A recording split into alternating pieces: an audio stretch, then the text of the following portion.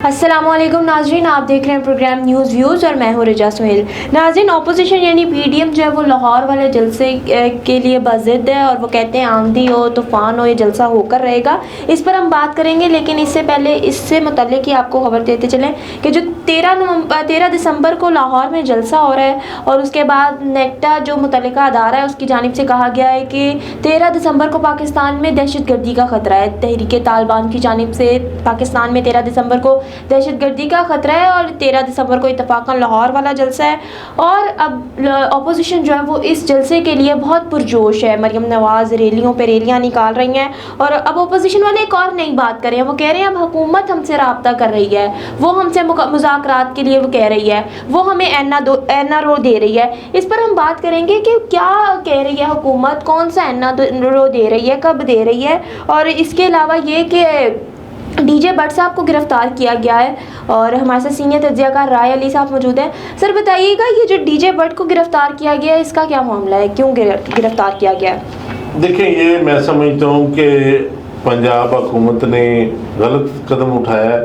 DJ Bhatt का तो इसमें कोई कसूर नहीं है। डीजे जब इमरान खान के जलसे थे तो डीजे भट्ट उस वक्त भी ये अपने सिस्टम लगाया करता था। अगर अब इसके नून लीग के और पीडीएम के जलसे हो रहे हैं तो वो इसमें भी वो सर्विस प्रोवाइड कर रहा है, तो उसका क्या कसूर है? रोकना है तो फिर पीडीएम को रोकें, रोकना है तो इन जमातों को रोकें कि ये जलसे ना करें। इन्होंने जब मना किया था तो उन्होंने जलसे फिर भी किए।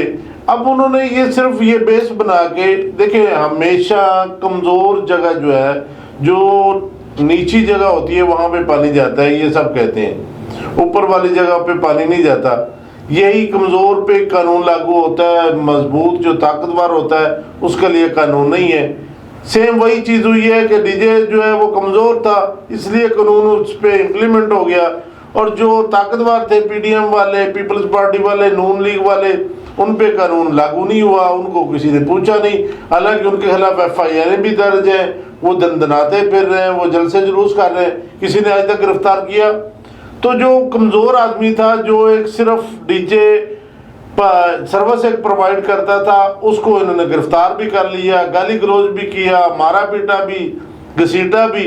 कमज़ोर के लिए कानून है, मजबूत और ताकतवर के लिए कोई कानून नहीं है।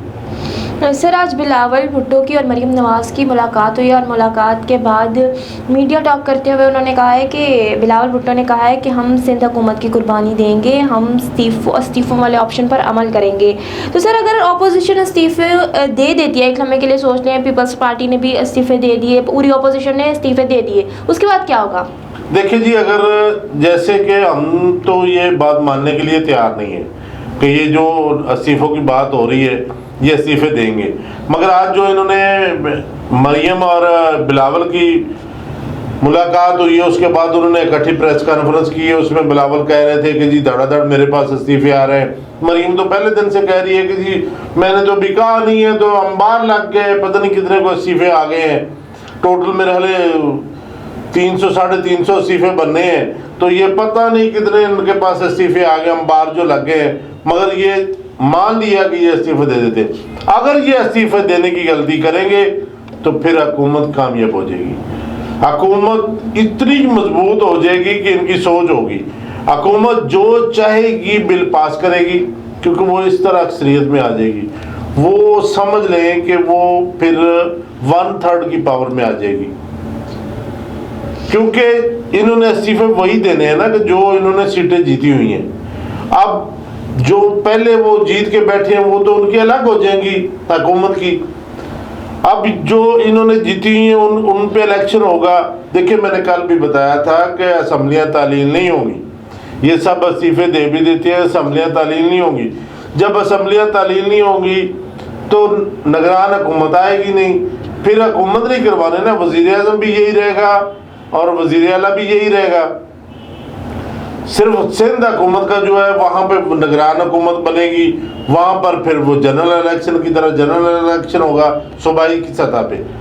तो जहाँ पर हुकूमत खुद बैठ के इलेक्शन करवाएगी, सिर्फ उन्हीं सीटों पे जो सीटें अपोजिशन ने जीती हुई हैं, तो क्या आप लोग आप नहीं समझती कि हुकूमत वहां से सीटें ले जाएगी। हुकूमत के पास सिर्फ 15 से 16 सीटें कम है, तो वो इतनी सीटें तो निकाल लेगी ना। दोबारा अगर इनकी सीटों पे इलेक्शन होता है तो वो 15-16 सीटें ज्यादा ना ले सकी तो इतनी सीटें निकाल लेगी, फिर उनको इत्तेहादियों की भी जरूरत नहीं रहेगी, फिर वो एक तरह इतनी अक्सरियत हो जाएगी कि वो जो चाहे बिल पास कर सकती है।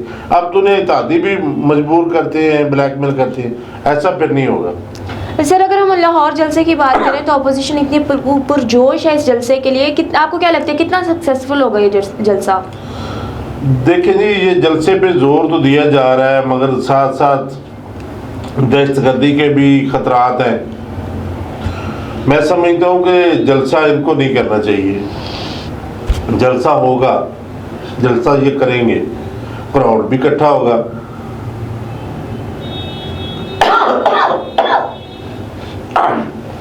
सॉरी, क्राउड भी इकट्ठा होगा, क्योंकि लाहौर में इनकी शरीफ बरादरान की जो सारी सियासत है वो लाहौर पे ही है। लाहौर से सारी सीटें ये जीते हुए हैं, तो क्राउड भी इकट्ठा होगा और फिर 11 जमातों ने इकट्ठा करना है। तो जब 11 जमातें इकट्ठा करेंगी तो क्राउड डेफिनेटली इकट्ठा होगा, जलसा भी होगा, मगर उससे होगा कुछ नहीं, खाली बढ़के होंगी जो अब ये लगा रहे हैं। देखिए ना, मुल्तान वाले जलसे में ये कहते थे कि जी हम बुर्ज उल्टा देंगे, क्या हुआ? कुछ भी नहीं हुआ। अब इस जलसे में भी कुछ नहीं होने वाला, होगा यही कि बस जी जलसा हो गया, जलसा हो गया, उस पे ये आगे का लाए अमल बताएंगे, शायद वो भी बताएं या ना बताएं, मगर जलसा होगा। जलसा होने के बाद अल्लाह ताला खैर खैरियत से ये जलसा गुजारे, कोरोना से भी लोग बचे और इस दहशतगर्दी से भी बचे।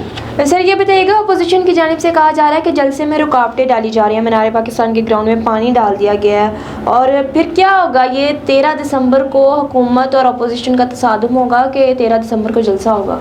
देखिए जी, जो पानी वाली बात है वो 3-4 दिन पहले की है, वो तो अब खैर खुशक हो गया होगा, पानी का तो इतना इशू नहीं है। बाकी जो रुकावटें डाली जा रही हैं वो सारी हुकूमतें करती हैं, ये भी कर रही है, इन्होंने मुल्तान में भी रुकावटें डाली थी मगर फिर भी जलसा हुआ। अब ये यहाँ पे अभी तक तो इन्होंने कोई खैर रुकावट नहीं डाली, मगर ज़ाहिर है रुकावटें डालेंगे। अगर रुकावटें ये डालते हैं तो फिर तसादम होगा, क्योंकि इन्होंने, मैंने पहले भी कहा है कि ये तसादम सिर्फ अवाम और अदारों का होता है, लीडरान का नहीं होता। लीडरान तो अपनी बड़ी गाड़ियों में बैठे होते हैं, कंटेनरों में बैठे होते हैं, वो छुप छुपा के वो तो निकलते ही नहीं है बाहर।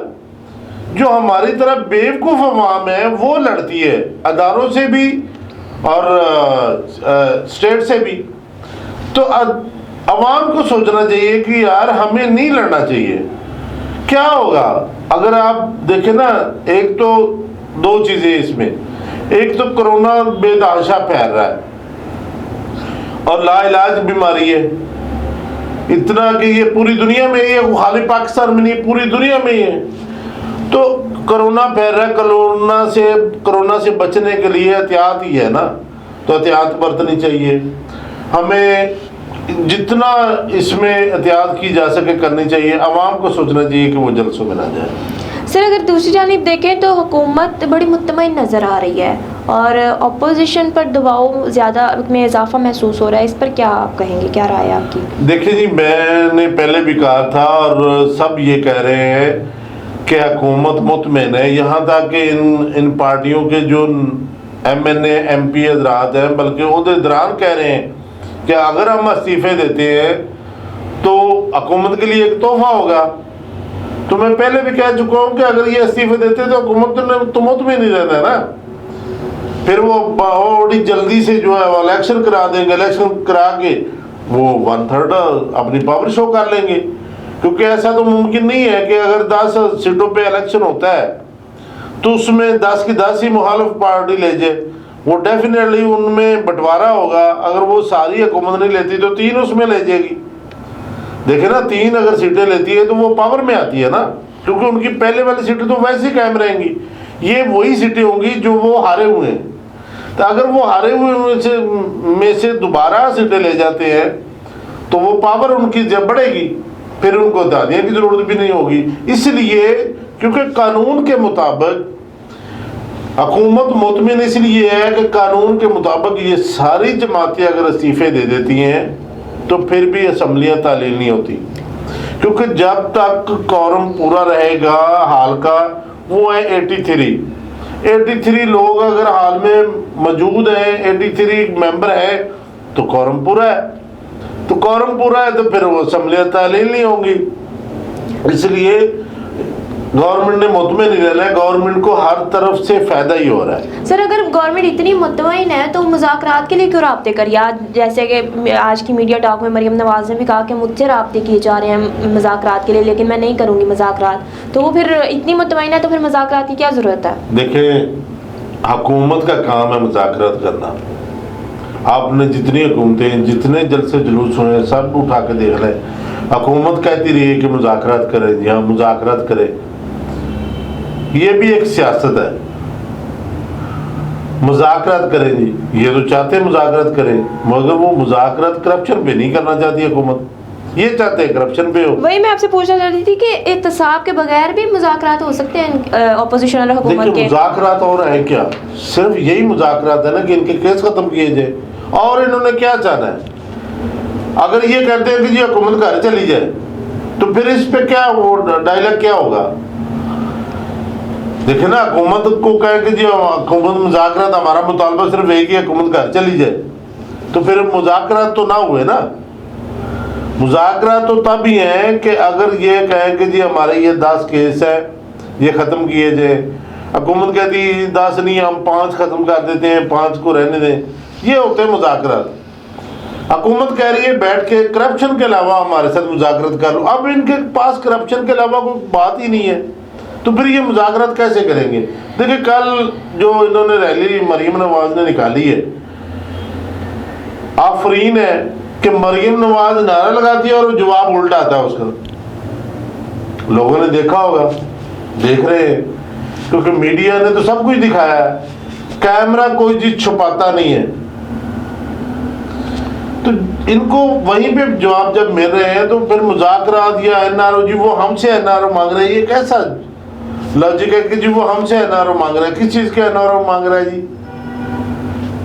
मुल्क से बाहर आप गए हुए हैं, इश्तिहारी आप हैं, इस्तीफे आप देने जा रहे हैं, लॉन्ग मार्च आप करने जा रहे हैं, तो वो किस चीज़ का एनआरओ मांग रहे हैं? तो ये सारी चीज़ें सियासत में है, सियासी बयान है, इससे कोई फर्क नहीं पड़ता। सर, बस आखिर में ये बताइएगा कि नेक्टा की जानिब से 13 दिसंबर को दहशतगर्दी का खतरा बताया जा रहा है, तो आप इस पर क्या कहेंगे कि 13 दिसंबर को इत्तफाकन जलसा भी है लाहौर वाला और बड़े बड़े लीडरान होंगे उस जलसे में?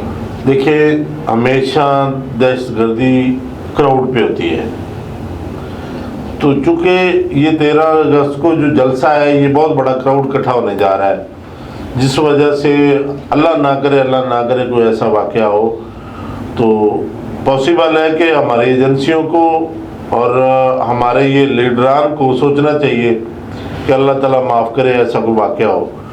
ये उम्मीद बहुत ज़्यादा है कि इंशाल्लाह हमारी जो अदारे हैं, हमारी जो एजेंसियाँ हैं, वो कामयाब होंगी, ऐसा वाक़या नहीं होने देंगी। बहुत शुक्रिया सर, आपने प्रोग्राम में अपना वक्त दिया। नाज़रीन, सीनियर तज्ज़ियाकार राय अली साहब हमारे साथ मौजूद थे। नाज़रीन, आखिर में ये कि ज़राए से हमें मालूम होता है कि पीपल्स पार्टी और नून लीग जो है वो जहांगीर तरीन साहब को अप्रोच कर रही है। वो शायद सोचते हैं कि जो तैयारा PTI के लिए भर के आया था, वो शायद अब फिर एक महवे परवाज़ होगा और फिर क्योंकि सेनेट के इलेक्शन भी करीब हैं, तो अपना करिश्मा दिखाएगा।